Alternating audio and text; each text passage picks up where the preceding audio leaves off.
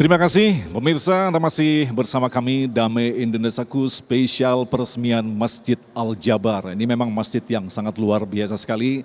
Tentunya dalam waktu yang sangat singkat ini pemirsa Damai Indonesiaku ingin mengetahui apa sesungguhnya sejarah didirikan masjid ini, kenapa arsitekturnya begitu luar biasa. Bahkan kalau saya mengatakan ini sangat rumit sekali, tetapi sangat detail. Nah, siapakah sosok yang membuat gambar yang sangat jelas ini, kemudian apa sesungguhnya filosofi dari setiap sudut. Kalau kita perhatikan tentu saja dalam setiap bangunan memiliki filosofi. Itulah nanti akan dijelaskan oleh Kang Emil. Kang Emil, alhamdulillah. Siap. Apa kabar Kang Emil? Alhamdulillah, Rabbil Alamin. Kang, tadi acara ini kan sebenarnya kita mulai dari jam 9 pagi, seremonial segala macam, kemudian Kang Emil tadi menyampaikan sambutan. Nah, dari sekian lama sambutan, saya menyimpulkan ada satu yang saya garis bawahi tentang takdir, Kang. Sebelum kita masuk di elemen-elemen ini, Kang. Nah, apa sesungguhnya kaitan antara takdir dengan berdirinya masjid-masjid ini, Kang? Iya, saya kira semua yang kita jalani dalam hidup ini, jatuhnya hujan, jatuhnya daun, nasib kita, semua adalah ketetapan Allah. Jadi, pada saat takdir itu menghampiri, yang bisa manusia lakukan adalah dua. Satu berikhtiar, dua bermunajat, kira-kira begitu. Ikhtiar tanpa doa tidak barokah. Doa saja tanpa ikhtiar kadang-kadang tidak kemana-mana karena ada ikhtiarnya. Nah, takdirnya saya pendidikannya arsitek. Tugasnya berimajinasi, menyempurnakan peradaban manusia dengan ruang, bangunan, kota, dan lain sebagainya. Oleh Allah ditambahi lagi takdirnya sebagai gubernur Jawa Barat. Jadi ada dua takdir berhimpun dalam fisik saya, berimajinasi dan mengambil keputusan untuk rakyat Jawa Barat. Jawa Barat penduduknya 50 juta, tidak punya masjid raya selama ini.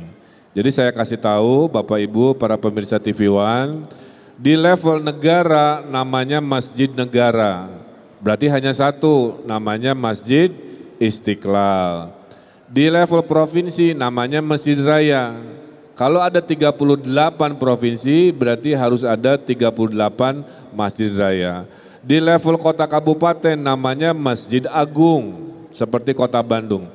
Di level bawahnya lagi masjid kecamatan, masjid besar, masjid desa, masjid jami. Nah selama ini Jawa Barat tidak punya masjid raya, menebeng kepada Masjid Agung Bandung yang dirubah namanya menjadi Masjid Raya Kota Bandung, Provinsi Jawa Barat. Jadi dari kalimat saja sudah tidak sesuai kira-kira begitu. Nah oleh takdirnya lagi saya sampaikan saat saya wali kota, kenapa Masjid Agung saya bernama Masjid Raya Provinsi Jawa Barat, kira-kira begitu. Dengan Pak Ahmad Heriawan, Gubernur terdahulu didiskusikan dan disepakati, kita bangun Masjid Raya Provinsi Jawa Barat, saya usulkan lokasinya di sini. Yang kedua, saya menawarkan, kalau memang berkenan, ya saya wali kota yang arsitek, saya menyumbangkan imajinasi. Oleh takdirnya disetujuilah proses itu, sampai akhirnya berlangsung 5 tahun pembangunannya sangat lama, ketahan COVID 2 tahun, dan akhirnya di tanggal 30 Desember ini kapasitas 50.000 di 28 hektar ini sudah bisa diresmikan dan dipergunakan. Insya Allah terindah, termegah, tinggal saya doakan mudah-mudahan menjadi yang termakmur. Amin. Dalam penggunaannya, kira-kira begitu. Nah Kang, tadi kalau masalah takdir, sekarang kita masuk di wilayah teknis begitu. Apakah juga bisa disebut dengan takdir ketika pemilihan wilayah? Ini Gede Bage ini kan wilayah yang banyak bertanya, ini kan wilayah banjir. Nah, apakah ke depannya ada rencana-rencana atau memang ada fungsinya selain sebagai masjid? Tentulah pemirsa bisa lihat, kok ada danau mengelilingi masjid. Danau ini danau buatan. Kalau danau buatan berarti ada tujuan. Tujuannya adalah mengendalikan banjir. Walaupun mungkin belum sempurna.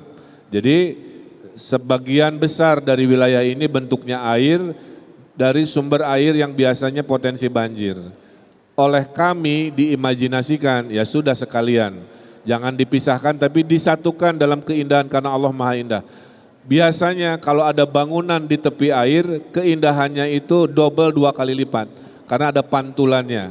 Makanya paling indah melihat Masjid Al-Jabar itu dari jarak agak jauh melihat pantulannya ke air, dan lebih indah lagi kalau pada maghrib karena pencahayaannya diatur sedemikian rupa sehingga ini seperti permata di malam hari yang luar biasa. Jadi fungsi teknis mengendalikan banjirnya ada, fungsi ibadahnya ada, dan yang teristimewa ada museum Rasulullah di lantai bawah dari tempat ini. Ada tentang sejarah keislaman di Nusantara dan sejarah keislaman di Jawa Barat, tapi baru dibuka Februari, sedang finishing. Dan juga ada taman terpanjang di Jawa Barat, taman kota, yang temanya Risalah 25 Nabi dan Rasul. Sehingga orang ke sini dapat ibadahnya, dapat ilmunya, dapat rekreasinya, pulang-pulangnya dapat bahagianya. Begitu. Seperti yang Rasulullah lakukan pada saat mendirikan masjid, bukan sekedar masjid, tetapi pusat pemerintahan, pusat pembelajaran, begitu Kiai ya? Betul. Menjadi masjid ini pusat segala macam. Rasulullah bicara politik di masjid, strategi perang di masjid, Ya. gitu. Makanya bukan hanya sekedar untuk sujudnya saja. Nanti kita akan bahas di segmen berikutnya tentang bagaimana fungsi masjid dalam kehidupan sosial. Nah ini yang kita tekankan kepada Kang Emil ini ya. Iya. Jadi ternyata saya sempat semalam melakukan perjalanan di bawah, bahkan ternyata ada museum, nanti akan ada tempat pembelajaran dan lain sebagainya. Iya, berarti kan menarik. Turun kita dapat ilmu. Oke. Iya, tentang sejarah kerasulan. Kemudian naik kita dapat keindahan, Masya ibadah Allah. tawanina. Baik. Pulang kita dapat selfie, bisa tiktokan. Gak apa-apa tiktokan, gak apa-apa. Kamu nanya, kamu bertanya-tanya, gak apa-apa. Tapi latar belakangnya masjid. Oke. Begitu. Mantap. Nah, Kang Emil, sekarang kita masuk di wilayah karakter arsitekturnya. Ini sebenarnya adaptasi dari mana? Atau memang nah ini sekali lagi, apakah ini memang takdir, ilham dari Allah Ya. ini Kang Emil? Ini perjalanan panjang. Saya berimajinasi mungkin 10 pilihan. Masing-masing pilihan dipikirkan, diimajinasikan di malam-malam panjang. Sampai akhirnya diputuskan satu dari 10 pilihan ini yang paling pas terhadap tempat ini adalah bentuk dari rumus matematika. Jadi Bapak Ibu, matematika itu tertulis jadi rumus, terbentuk jadi 3 dimensi. Jadi ini adalah rumus dari matematika, inspirasi Al-Jabar, bawahnya ada 10 kurva, rumus matematik, naik sedikit jadi 5, naik lagi jadi 4, 2, 1, nah itu tuh rumus. Nah yang kedua tadi namanya adalah Al-Jabar, artinya maha perkasa, maha memaksa. Di dalam interiornya didesain lafaz Allah terbesar di Indonesia, dan harapannya siapa yang berada di bawahnya merasa kecil, jangan sombong, tinggalkan keakuannya tadi sebelum masuk masjid. Kalau yang maha besar, maha perkasa hanya Allah Subhanahu wa taala. Plus Jabar itu singkatan Jawa Barat. Jadi sudah jodohnya, Takdir tidak itu. bisa dipindah kemana-mana ini mah. Ada mungkin namanya Jabar, Al-Jabar, tapi rumusnya bukan matematik kan. Ini mah udah rumusnya matematik, sangat terukur, singkatan juga Asmaul Husna, kira-kira begitu. Nah ini kalau kita perhatikan di sini memang banyak simbol-simbol, ada motif batik, kemudian Oh, ya. ada beberapa jumlah pintu. Nah mungkin bisa sedikit dijelaskan Kang Emil. Karena ini bukan masjid kota Bandung, walaupun saya wali kota Bandung dahulunya. Ini masjid Provinsi Jawa Barat, di mana Provinsi Jawa Barat terdiri dari 27 kota kabupaten. Maka sebagai pemimpin harus adil. Semua pintu ini adalah batik-batik dari 27 kota kabupaten. Ada pintu batik Majalengka, Ciamis, Pangandaran, Depok, Bekasi, semua ada di sini. Kemudian dalam kepengurusan DKM, semua ormas Islam diberikan tempat perwakilannya mengurusi masjid ini. Kemudian perwakilan MUI 27 kota kabupaten juga direkomkan untuk menjadi pengurus masjid ini. Insya Allah inilah contoh keadilan umaro, karena selalu mendengarkan ilmunya para ulama sehingga hadir para dermawan-dermawan dan diijabahnya doa-doa duafa.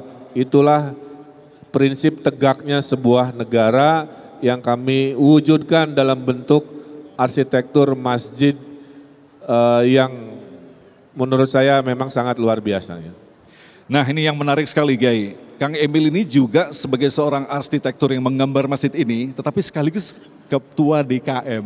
Ini kan menarik sekali. Nah Kang Emil mungkin bisa kita cermati, kritik bagi kita bersama. Di Indonesia ini kan kalau kita keliling, ini ada masjid-masjid agung, masjid raya yang besar-besar, tetapi mohon maaf, jemaahnya tidak begitu banyak begitu ya kan, kecuali hari-hari tertentu dia akan berkumpul di situ. Nah, mungkin Kang Emil bisa menjelaskan kepada kita lantas apa kedepannya yang nanti akan dilakukan sebagai ketua DKM. Tapi tunggu dulu Kang, kita nanti akan jawab di segmentasi selanjutnya. Tetaplah bersama kami, Damai Indonesiaku Spesial Peresmian Masjid Agung Al Jabar Bandung.